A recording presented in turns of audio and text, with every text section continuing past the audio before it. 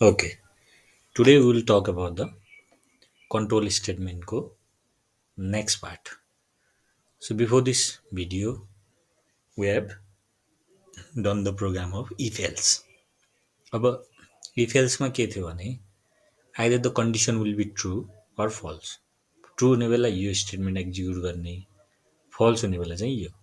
But what if the condition are many? Condition धेरै भयो भने चाहिँ के गर्ने त? कन्डिसनहरू like condition might be 4 or 5, 4-5 condition छ भने in that case what we need to do? So in that case we need to use other type of control statement. त्यस्तै अब आजको टपिकमा will talk about the if or else control स्टेटमेन्टको बारेमा कुरा गर्छौँ and what is the syntax and how it works, यो कसरी काम गर्छ भन्ने कुराहरू हेर्छौँ. सो नर्मल लजिक चाहिँ के हो भने एउटा दुईवटा मात्रै कन्डिसन नभएर if I have lots of condition, त्यति बेला चाहिँ इफ एल्सले त दुईवटा मात्रै कन्डिसनलाई काम गर्ने हो.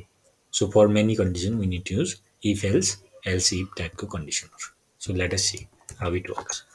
अब यसको नर्मल सिन्टेक्स कस्तो छ?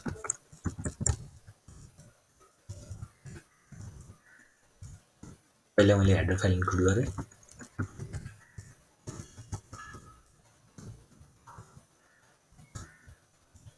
अब मेन फङ्सन, अब जे पनि स्टेटमेन्टहरू everything will be written inside the main function. अहिलेको लागि मैले बनाएको टाइप कस्तो हो? Return type. या त इन्टिजर हुन्छ या त void. This is the return type. Let us declare a variable.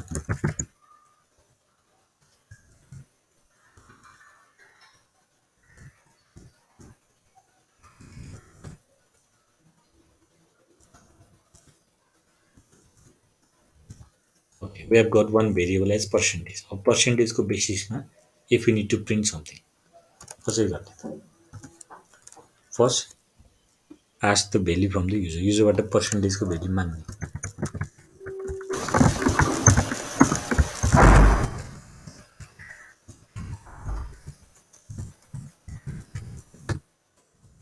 Okay, this is the message.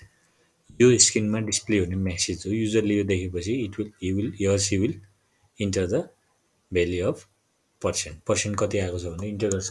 त्यसलाई स्टोर गर्नको लागि we need to use the scanf function.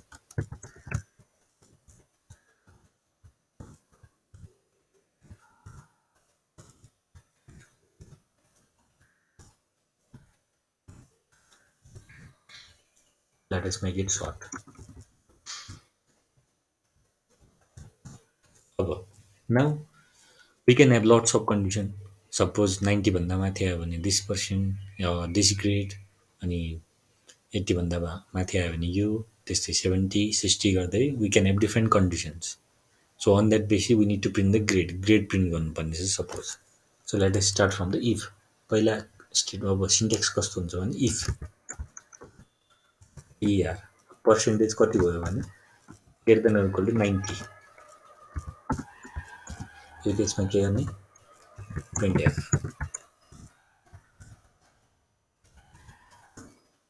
A plus grade.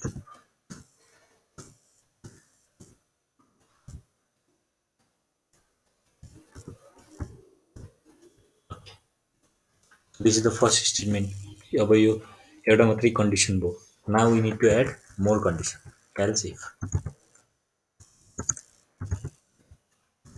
Else इफमा अर्को condition के लाउने भने percentage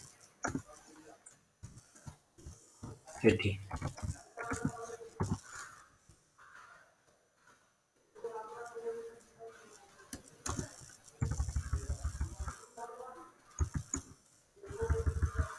So for this condition what we need to bring? F A grade. Similarly other condition as well. अब यस्तै अरू कन्डिसनहरू. Okay, suppose greater than or equal to 80, greater than or equal to 70. Similarly greater than or equal to 60. Similarly greater than or equal to 50. More greater than or equal to 40. Okay. So If it is greater than or equal to 90, a plus a, then b plus, then b,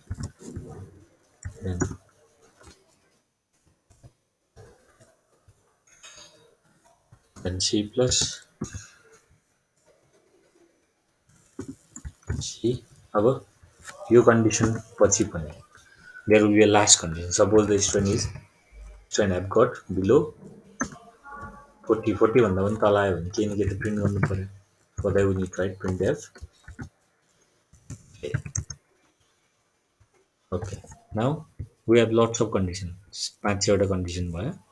Now only one statement will be executed. यो जम्मै स्टेटमेन्टहरु execute हुँदैन. Only one will be executed. कुन execute हुन्छ भन्ने कुरा how it will be decided on the basis of the condition. कुन condition true भयो त. अहिले त अब पर्सेन्टेजको भ्यालु दिएकै छैन.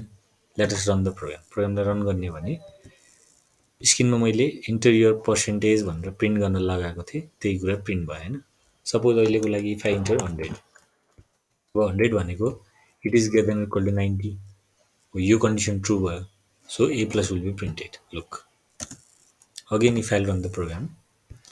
अबको केसमा if I enter above 80, 89 enter गर्यो भने इट विल गिभ ए दिन्छ. किनभने ग्रेटर देन 80 भनेको के छ, ग्रेटर देन इक्वल टु 80 भनेको ए प्रिन्ट गर भनेर भनेको छ. So only one condition true हुन्छ. एउटा मात्रै कन्डिसन ट्रू हुन्छ र त्यही कन्डिसनभित्र भएको statement is printed. So the condition which is true, जुन ट्रू हुन्छ नि हो त्यही स्टेटमेन्ट चाहिँ प्रिन्ट हुन्छ. So this is how control statement work. अब यति कन्डिसनहरूमा जुन कन्डिसन म्याच हुन्छ. So how it will be checked, त्यो कसरी चेक हुन्छ भने on the basis of the operator. यो अपरेटरले डिसाइड गर्छ greater than or equal to 80, less than or equal to 80, greater than equal to 80 हो त्यस्तो टाइपको कन्डिसनहरू हेरेर. So if I need to make the student फेलको लागि अब his or her marks must be less than 40 हुनु पऱ्यो. Look if I enter 30 enter गर्ने बेला इट विल प्रिन्ट फेल भनेर. किनभने यो केसमा यो माथि भएको कुनै पनि कन्डिसन इज नट ट्रू. कुनै पनि कन्डिसन ट्रू भएन भने finally else part will be executed. Otherwise else if गर्दै एक्जिक्युट भइरहन्छ. बट फर द लास्ट कन्डिसनको लागि चाहिँ हामीले एलसिप नलेखेर एल्स मात्रै लेख्नुपर्ने हुन्छ. And we should not mention the condition पनि मेन्सन गर्नु पर्दैन. मेन्सन किन गर्नु पर्दैन भनेपछि यो माथिको कन्डिसन जम्मै फल्स भएपछि मात्रै this part will be executed. So this is the syntax of if else. If you have lots of condition, in that case we need to use this control statement. Thank you.